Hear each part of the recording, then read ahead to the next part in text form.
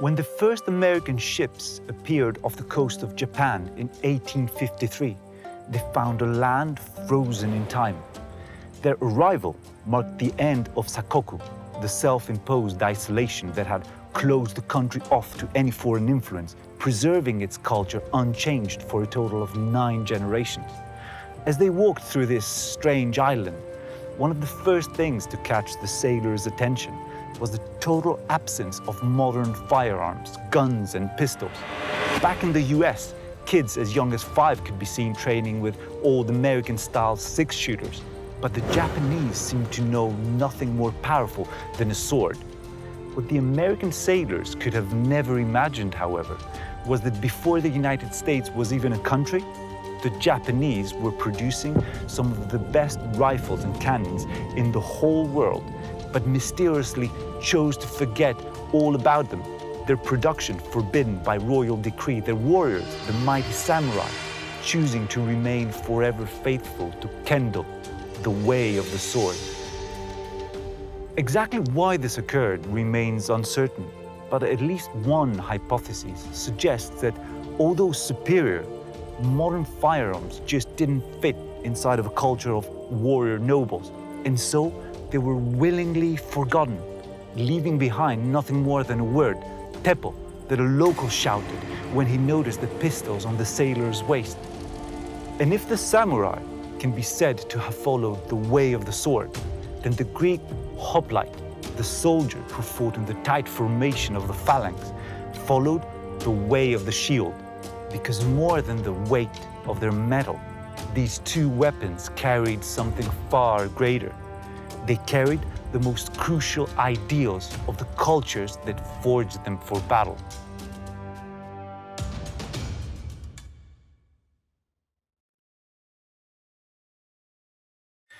Reading from Homer's first epic, the Iliad, or even watching it on film through Hollywood's Troy starring Brad Pitt, there is little to suggest that those semi-barbaric warrior kings who fought for nothing but glory would eventually morph into those highly sophisticated citizens who populated Greek cities during classical antiquity.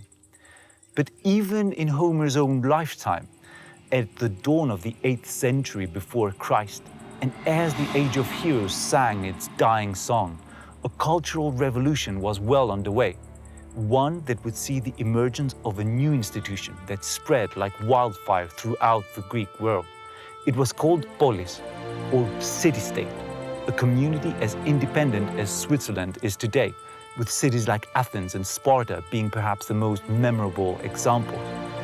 These polis became the first communities in human history where people came together to create common laws by which to live by. Laws that were independent both from religious scripture and the will of divinely ordained kings. Together with this radical transformation in government came a new way of fighting, one that would reflect the ideals of citizenship in the battlefield. It was called the phalanx, a tight formation of heavily armored shock troops who used the power of othismos, or thrust, to push against the lines of its enemy until a break would open in one of the two rival camps, forcing it into a tropi, a turning back signaling its defeat. The soldiers of this phalanx were not warrior kings like Achilles, but free citizens who participated as equals in the management of their city, each paying for his own armor privately while training part-time along with his daily job.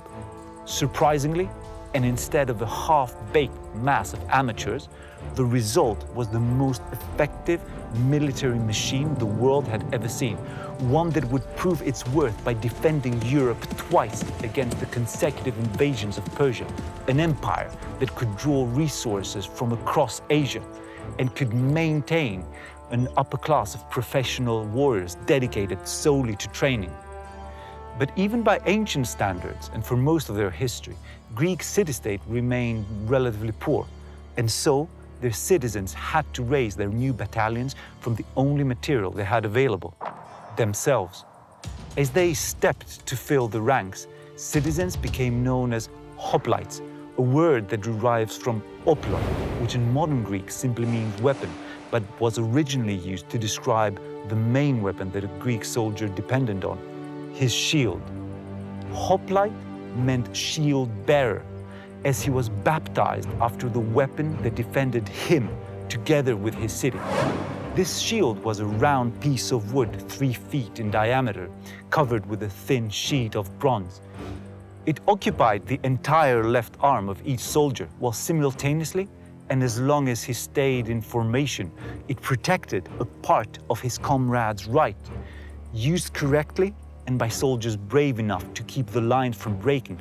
the shield became the critical link, both physical and spiritual, to a chain of trust where each soldier could expect to keep half of his body protected by the man standing on his right, while protecting the man on his left in return.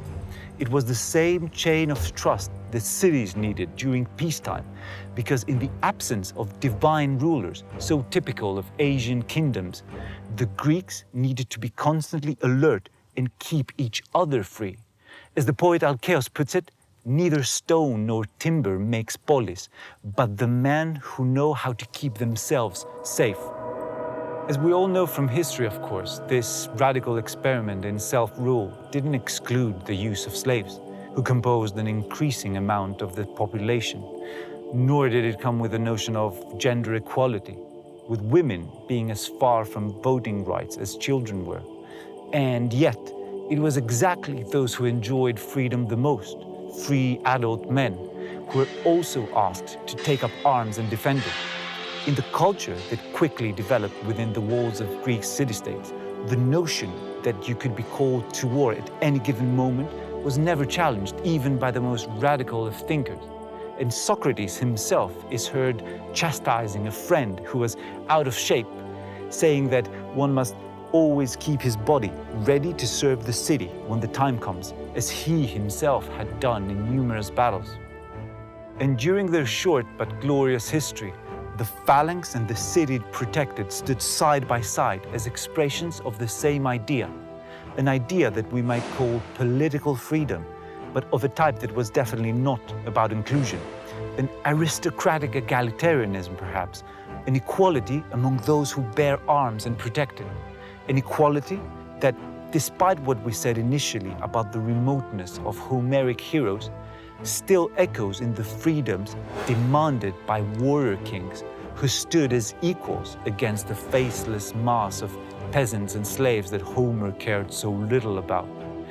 Likewise, and within the lines of the Greek phalanx, hoplites stood in the context of an equality that was unparalleled for its time, with each soldier wearing the same type of armor, while young and old marched, fought, and died together, so much that a fallen helmet could reveal the head with its first beard as easily as it could with a full set of white hair. There is an old saying that refers to Sam Colt, the man behind the modern revolver, as seen in Western films, that says that God created man, but Colt made them equal. And it was precisely this type of equality that was feared more than anything else in Imperial Japan, a culture of powerful rulers supported by an elite warrior class, armed with weapons against which the peasants stood no chance. These Japanese rulers must have known well enough that pistols possessed the power to tip this balance over, and so they managed to erase the entire technology, leaving only the memory of a word behind. And just like the sailors of the first American vessels to moor on the port of Japan, so would a Japanese warrior find himself no place inside of a Greek city-state, because in Greece, the samurai's idea of single combat ended with Homer, and yet the idea of aristocratic equality among those who can protect it, was strangely transformed into the collective way of life that Greeks had chosen for themselves. And so, perhaps underlining the violence and destruction that war always brings, the logic of the phalanx was the logic that would eventually lead to democracy.